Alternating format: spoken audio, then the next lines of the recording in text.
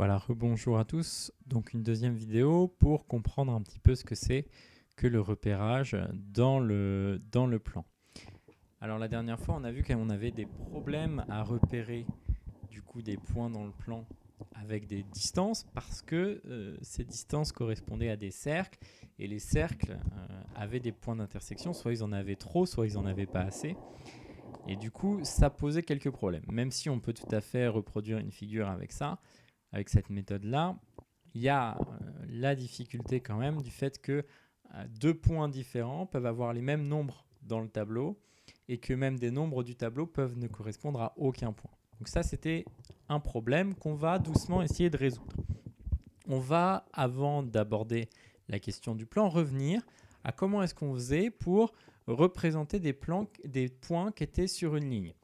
Alors, si je vous remets ici une ligne, vous vous souvenez sans doute que quand on a une ligne, il est tout à fait possible de repérer, encore une fois, repérer, ça veut dire utiliser un nombre pour symboliser un point, donc des points sur cette ligne. Pour ça, ce qu'il fallait faire, c'était se donner un point, ici qui est le point qu'on note 0, et puis graduer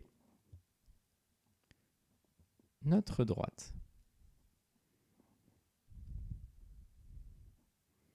Ici, je la gradue en centimètres. Mais on pourrait la graduer en mètres ou la graduer dans un tas d'autres unités. Et du coup, les points qu'on a ici sont repérés par les nombres 1, 2, 3, 4, 5, 6, 7, etc., etc. De l'autre côté, les points qui sont de l'autre côté du 0, c'est un peu nouveau, mais on a dit qu'on pouvait aussi le représenter par des nombres, sauf que ces nombres-là, ce sera comme si c'était les nombres de l'autre côté, sauf qu'on rajoutera un signe moins devant. Par exemple, ce point-là, ici, on le représentera par le nombre moins 1. Et ce point-là sera représenté par le nombre moins 2, ici moins 3, moins 4, etc.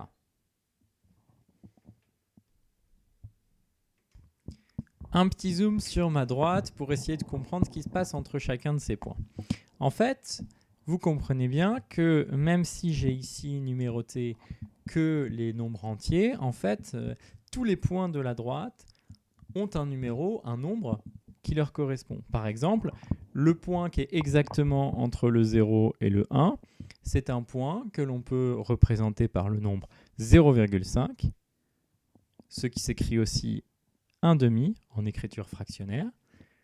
Le point qui va se retrouver entre 0 et moins 1, eh bien, il va se noter moins 0,5, qu'on note aussi moins 1/2 en écriture fractionnaire. Voilà. Et qu'en fait, de cette manière-là, en utilisant une règle, je vais pouvoir trouver le nombre qui correspond à chacun des points. Par exemple, le point qui est ici. Bon, alors, évidemment, là, c'est plus gradué en centimètres, mais il suffirait que je regarde que là, en fait, ça fait 1,8 cm.